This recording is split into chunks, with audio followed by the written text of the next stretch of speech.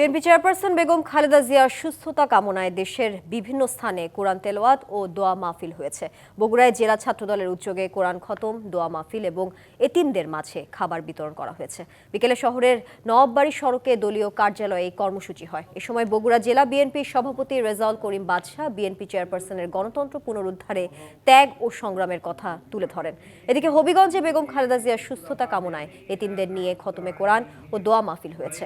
দুপুরে হবিগঞ্জ এক আসনের সাবেক সংসদ সদস্য শেখ সুজাত মিয়ার উদ্যোগে তার নিজ বাসভবনে বিভিন্ন মাদ্রাসা ও এতিমখানার শিক্ষার্থীদের নিয়ে এই দোয়া মাহফিল অনুষ্ঠিত হয়।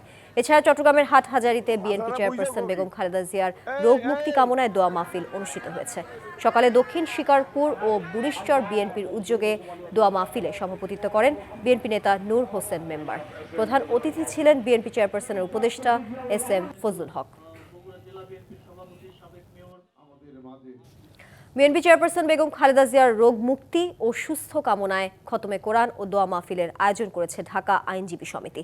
সোমবার বিকেলে ঢাকা আইনজীবী সমিতি ভবনে সানাউল্লাহ মিয়া অডিটোরিয়ামে এই দোয়া মাহফিল অনুষ্ঠিত হয়। উপস্থিত ছিলেন ঢাকা বারের সভাপতি অ্যাডভোকেট খোরশেদ মিয়া আলম, সাধারণ সম্পাদক সৈয়দ নজরুল ইসলাম ও জাতীয়তাবাদী আইনজীবী ফোরাম ঢাকা বার ইউনিট সহ সাধারণ আইনজীবীরা। এ সময় খালেদা জিয়ার রোগ মুক্তি সহ দ্রুত সুস্থতা কামনা করে বিশেষ মোনাজাত করে।